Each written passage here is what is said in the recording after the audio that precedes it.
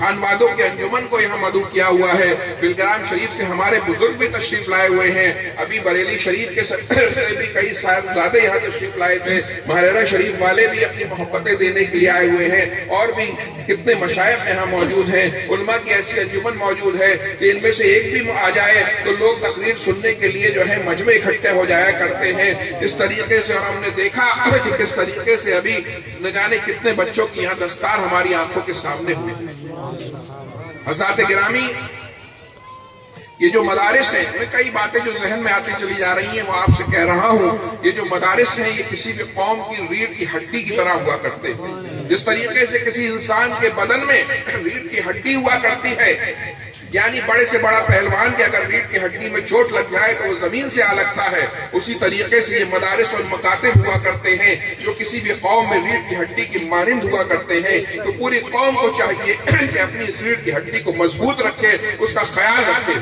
جب تک یہ مدارس موجود ہیں، ہم موجود ہیں، ہمارے ایمان کی حفاظت ہے، ہماری جان کی حفاظت ہے، ہمارے دکان و مکان اور عزت و آبرو کی حفاظت ہے۔ دیکھا گیا ہے کہ یورپ میں جن ملکوں سے مدارس رخصت ہو گئے، چند سالوں بعد اسلام بھی رخصت ہو گیا۔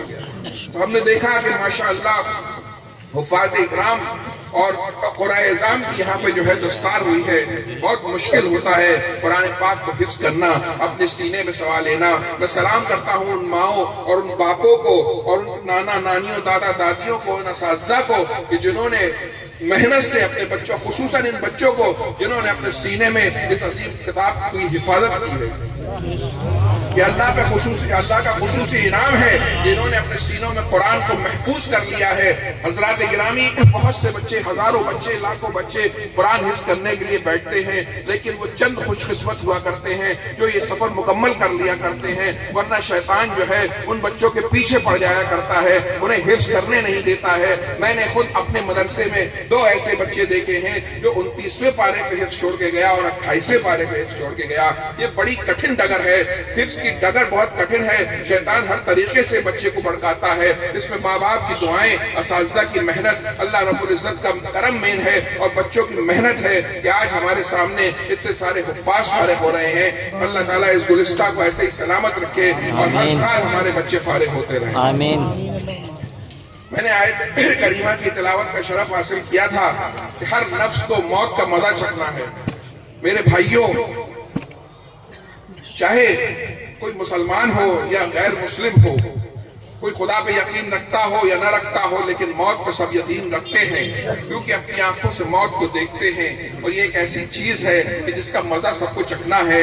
امیر سے امیر اس سے بچ نہیں سکتا، سب سے بڑا ڈاکٹر، ہسپتالوں کا مالک بھی اس سے نہیں بچ سکتا ہے، اور طاقتور پولیٹیشین بھی اس سے نہیں بچ سکتا ہے۔ سب کو ایک دن آنا ہے کہ اپنی موت سے گزرنا ہے۔ اعلیٰ حضرت فرماتے ہیں کہ ہائے غافل وہ کیا جگہ ہے جہاں 5 جاتے ہیں 4۔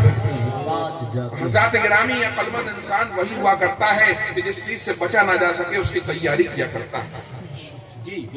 پہلے تو میں یہ کہہ دوں کہ آج صاحب سجادہ نے جو اس میں میسج دیا ہے، یقین مانیے وہ اتنا بہترین میسج ہے کہ وہ کئی گھنٹوں کی تقریروں پہ بھاری ہے۔ اگر ہم اس پر عمل کر لیں تو انشاءاللہ کامیابی کے دروازے کھل جائیں گے۔ ہمارے عرصوں میں اسی طریقے کے میسج دیے جانے چاہیے۔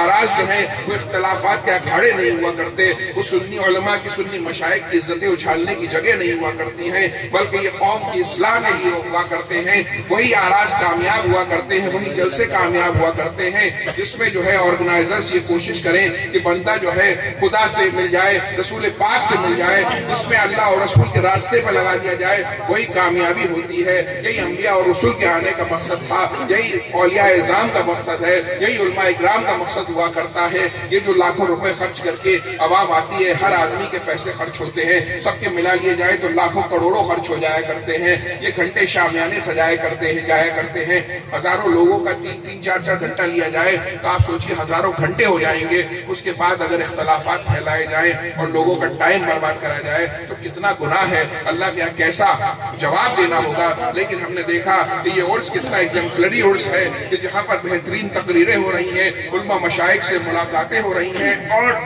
ایسے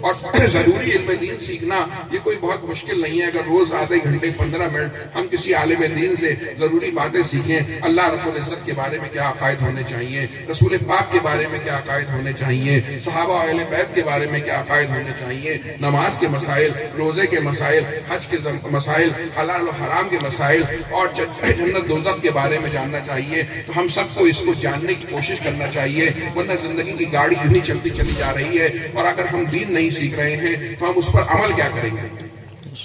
تو حضرات گرامی, اپنے دین, ضروری علم دین سیکھنے کی کوشش کریے, اپنے مدارس اور مکاتب کو مضبوط بنائیے, فکر آخرت کو اپنے سامنے رکھیے. اور آج کل ہم لوگوں میں جو ہے ذات پات بہت پھیلائی جا رہی ہے. جی جی دیکھیے, میں آپ کو بتاؤں کہ جب سادات ایک محلے میں رہتے ہیں تو ان میں بھی بڑے اختلافات ہوتے ہیں. خان صاحب ایک محلے میں رہتے ہیں تو اس میں بھی کوئی کسی پہ ظلم کر بیٹھتا ہے, اور کوئی بھائی انصاریوں کا محلہ ہے تو اس میں بھی لوگوں میں اختلاف اور لڑائیاں ہوتی ہیں. کوئی منصوریوں کا محلہ ہے تو وہاں بھی بہت لڑائیاں ہوا کرتی ہیں. قریشیوں کا محلہ ہے تو وہاں بھی کوئی کسی سے ڈر رہا ہوتا ہے. جہاں جہاں لوگ بستے ہیں آپس میں لڑائیاں ہوتی ہیں, اور تاریخ میں ایسا بھی ہوتا ہے, کوئی مضبوط ہوتا ہے تو کوئی کمزور ہوتا ہے, اس پہ ظلم کرتا ہے. کبھی کبھی لوگ اپنے بھائیوں پہ, سگے بھائیوں پہ ظلم کر بیٹھتے ہیں, اپنی بیویوں پہ ظلم کرتے ہیں, اپنے ماں باپ پہ ظلم کرتے ہیں. تو یہ حقیقت ہے کہ بہت سے پسماندہ لوگوں پر ظلم ہوا ہے, اور جنہوں نے ظلم کیا ہے انہیں اللہ کے دربار میں اس کا جواب دینا ہی ہوگا. لیکن اس کو ایک پولیٹیکل طریقے سے استعمال کیا جا رہا ہے. مسلمانوں کی جو ہے ایک ہی صف میں کھڑے ہو گئے محمود و ایاز, سب عاشقان رسول جانتے ہیں کہ ایک پلیٹ فارم پہ آ جایا کرتے ہیں, تو ان کو بانٹنے کے لیے باقاعدہ سائنٹسٹ کو, بڑے بڑے پروفیسروں کو جوڑا گیا ہے, اور پاسماندہ کے نام سے انہیں بانٹنے کی کوشش کی جا رہی ہے. ہم مسلمانوں میں نفرتیں پھیلائی جا رہی ہیں.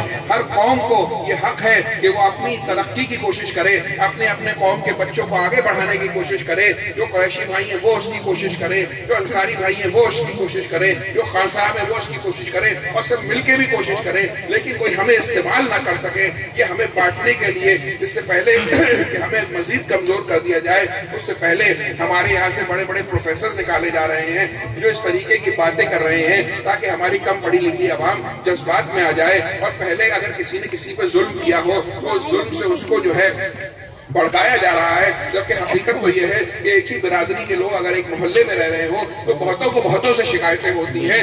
تو کوشش یہ کرنی چاہیے کوئی کسی پہ ظلم نہ کرے, اور سب سے پہلے ہمیں یہ دیکھنا چاہیے کہ ہم سب عاشقان رسول ہیں, غلام رسول ہیں, اور ہم سب جو ہے ہمارے یہاں معیار جو ہے وہ ذات پات نہیں ہے بلکہ تقویٰ ہمارے یہاں معیار ہے. اللہ کے نزدیک, رسول پاک کے نزدیک کوئی اپنے خان صحابی سے, کوئی اپنے شیخ صحابی سے آگے نہیں بڑھے گا, بلکہ اس بات سے آگے بڑھے گا کہ وہ اللہ کی کتنا تقویٰ والا ہے, اس کے دل میں اللہ کا ڈر کتنا ہے, رسول پاک سے عشق کتنا ہے. تو میری اس بات کو گاٹ باندھ لو کہ انشاءاللہ ہم آپس میں نہیں بٹیں گے, ہم ذات پات کو لے کے نہیں بٹیں گے. ہم کسی بھی ذات پات کے ہوں, ہم محمدی ہیں, ہم رسول پاک صلی اللہ تعالیٰ علیہ وسلم کے غلام ہیں. ہمیں کوئی اس معاملے میں نہیں بانٹ سکتا. ہاں, ہم ضرور اپنے گھر کی, اپنے خاندان کے بچوں کی ترقی کی کوشش کریں گے.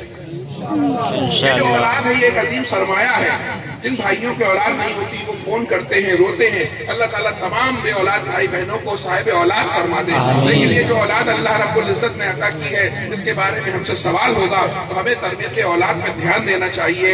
آج ہم دیکھتے ہیں کہ بوڑھے لوگ فون کرتے ہیں, بچے پریشان کر رہے ہیں, سن نہیں رہے ہیں, بھائی کا دشمن ہوا پڑا ہے. لیکن اس میں کچھ حد تک, بلکہ بڑی حد تک ہم بھی ذمہ دار ہیں کہ جب ہمیں ان کی پرورش پہ دھیان دینا تھا تو ہم ان کی پرورش پہ دھیان نہیں دے رہے تھے. ہم دوستوں کے ساتھ چائے خانوں پہ گپے مار رہے تھے. ہم سوچ رہے تھے کہ اماں ہی بیچاری پال ڈالیں گی, اور وہ بچے بڑے ہو گئے. جب انہیں ہماری ضرورت تھی ہم نے وقت نہیں دیا, اب انہیں ہماری ضرورت نہیں رہی.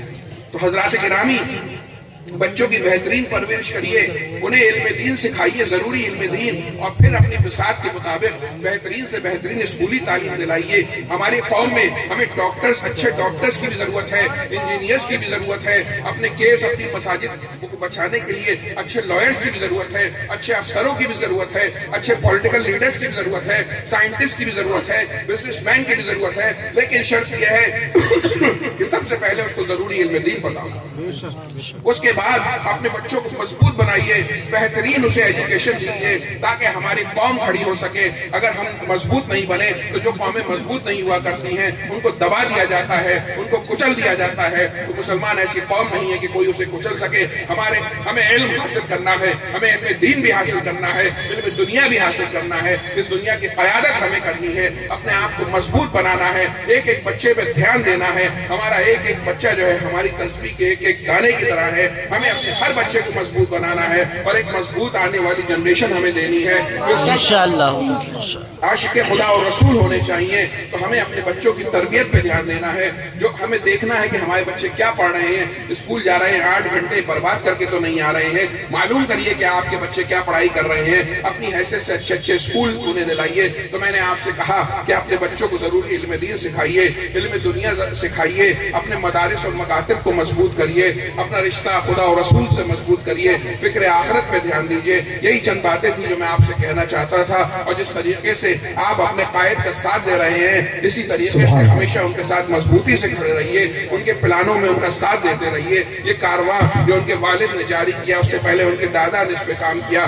یہ اسی طریقے سے آگے بڑھتا رہنا چاہیے۔ شکلیں بدلتی رہتی ہیں لیکن مشن نہیں بدلتا ہے۔ وہ اپنے ایک لائق فرزند چھوڑ گئے ہیں، ساتھ میں ان کے بہت سے بھائی یہاں موجود ہیں۔